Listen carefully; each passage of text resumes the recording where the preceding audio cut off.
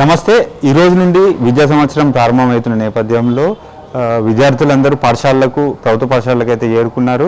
So మధ్యాహ్న భోజన సమయానికి కూడా సమయం కావస్తుంది. సో మధ్యాహ్న భోజన కార్మికులు ఉన్నారు మనతో పాటు మాట్లాడడానికి. వాళ్ళ మెనూ ఎలా ఉంటుంది, పిల్లలకు ప్రతిరోజు ఎలా వండి పెడతారు, వాళ్ళ దినచర్య ఎలా ఉంటుంది అని అడిగి తెలుసుకునే ప్రయత్నం చేద్దాం. అమ్మ, మీ పేరు చెప్పండి, మీరేం చేస్తారు? సరోజన, మధ్యాహ్న భోజనం వర్కర్ని. ఎన్ని సంవత్సరాల నుండి? నేను 25 సంవత్సరాల నుండి చేస్తున్నా.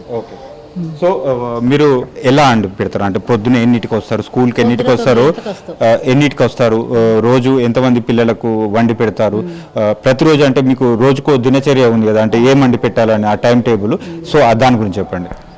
మేము రోజు 9 గంటలకు వస్తాం. అన్నీ ఉడ్చుకొని కడుక్కొని అన్నీ శుభ్రం చేసుకునేసరికి లెక్క అయితే బియ్యం ఇస్తారు. మా సోమవారం రోజు గుడ్డు, వెజిటేబుల్ కర్రీ, కూరగాయలు ఏమన్నా ఉంటే చారు ఉంటుంది పక్కకు. తెల్లారి మంగళవారం నాడు రాగి జావ, పప్పు, ఆకుకూర ఇస్తాం. స్ట్రెంత్ వచ్చి 280 అట్లుంటారు.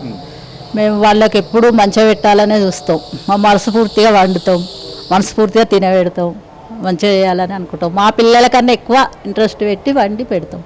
ఇట్లా అంటే రకరకాలుగా వండుతారు. ఇప్పుడు ఇంట్లో వాళ్ళు ఇష్టం కొద్దీ తింటారు, సో ఇక్కడ ఇట్లా తింటారు. మరి అంటే అంతే ఇష్టం కొద్దీ తింటారు పిల్లలు, ఎందుకంటే ఆకలితో ఉంటారు కదా. అవును, ఇష్టం కొద్దీ తింటారు. వాళ్ళు మంచిగా ఉంటే మంచిగా ఉన్నదని మమ్మల్ని మెచ్చుకుంటారు. ఎప్పుడన్నా ఒకసారి మంచిగా లేకపోతే ముఖం మీద చెప్పేస్తారు. వాళ్ళు ఏం దాచుకోరు.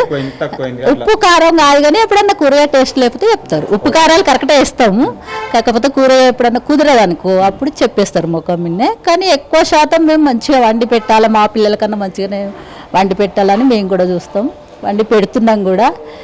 అది నడుస్తుంది. ఓకే అమ్మ, ఇప్పుడు చిన్నప్పుడు చూసుకున్నట్టయితే ఇప్పుడు ఇటువంటి సౌకర్యాలు లేవు. అంటే అప్పుడున్న ప్రభుత్వాలు కూడా ఇటువంటి ఫెసిలిటీస్, మధ్యాహ్న భోజన పథకం కావచ్చు, అల్పాహారం కావచ్చు, పిల్లలకి ఎటువంటి ప్రభుత్వ స్కూళ్ళల్లో పెట్టలేరు. ఇప్పుడైతే గవర్నమెంట్ నిధులు ఇస్తుంది, సో మీకు వేతనం కూడా ఇస్తుంది.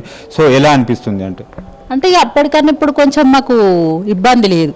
అప్పుడు 6 నెలలు, సంవత్సరం అట్లా గడుపుతుండ్రు. ఇప్పుడు నెలకి ఇస్తుర్రు వేతనాలు కానీ పిల్లల డబ్బులు కానీ నెలకి ఇస్తుర్రు. మాకేం ఇబ్బంది లేదు. మీరు తెచ్చిపెట్టుడు కూడా అన్ని కరెక్ట్ తెచ్చి పెడుతున్నారు. గతంలో పోయిన సంవత్సరం ఇదే స్కూల్లో మిమ్మల్ని చేయడం జరిగింది. అంటే ఈ వేతనాలు 5 నెలలకు ఒకసారి, 6 నెలలకు ఒకసారి తీసుకురావడం, అంటే సాలరీస్ మీకు ఇవ్వడం, దాంతో మీరు అక్కడ ఉద్దరబెట్టి కిరాణా షాపులలో ఉద్దరబెట్టి తీసుకురావడం, అటువంటి అనేక ఇబ్బందులు.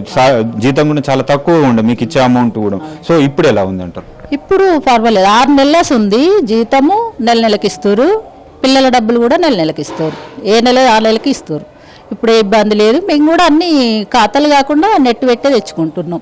డబ్బులు ఇచ్చే కిరాణా సామాన్ కానీ, కూరగాయలు కానీ, గుడ్లు కానీ నగదు పెట్టేస్తున్నాం. ఇక మాకు నెలకి వచ్చినప్పుడు ఇబ్బంది ఉండదు కదా సార్, పెడతాం. ఎప్పుడన్నా మాకు వెనక ముందు అయితే సరిపోతే బడ్జెట్ పెడతాం ఎప్పుడొకసారి. ఇప్పుడైతే అంత ఇబ్బంది ఏం లేదు. సో అంటే ఇప్పుడు కోడిగుడ్డు రేటు ఇప్పుడు గతంలో కంటే ఇప్పుడు చూసుకుంటే చాలా ఎక్కువగా ఉంది. గతంలో ఎంత ఇచ్చేవారు, ఒక కోడిగుడ్డుకు ఎంత ఇచ్చేవారు ప్రభుత్వం, ఇప్పుడు ఎంత ఇస్తున్నారు? మీకు అంటే గిట్టుబాటు అవుతుందా? ఈ గిట్టుబాటు అంటే ఇక మన తృప్తి, గిట్టుబాటు చేసుకుంటే అవుతుంది. కాదు అంటే కొంచెం బెటరే, కాకపోతే ప్రభుత్వానికి కొట్లాడుతున్నాము కానీ అది ఇంకా కావాలని మేము కూడా కోరుకుంటున్నాం. అంటే మొత్తం సంతోషంగానే ఉన్నారు పిల్లలు కూడా, మీరు సంతోషంగా పనిచేస్తున్నారు, పిల్లలు కూడా సంతోషంగా తింటున్నారు. సంతోషంగానే తింటారు, మేము కూడా సంతోషంగానే ఉన్నాం సార్. మున్పటి లెక్క అంతా బడ్జెట్ తోటి ఇబ్బంది ఏం లేదు. ఇప్పుడు వచ్చిన సార్లు కానీ అందరూ మంచిగానే ఉన్నారు, అందరూ సహకరిస్తారు. వాళ్ళు కూడా బిల్లులు ఎంబడెంబడే ఇస్తారు. ఇప్పుడు అంతా సంతోషమే సార్.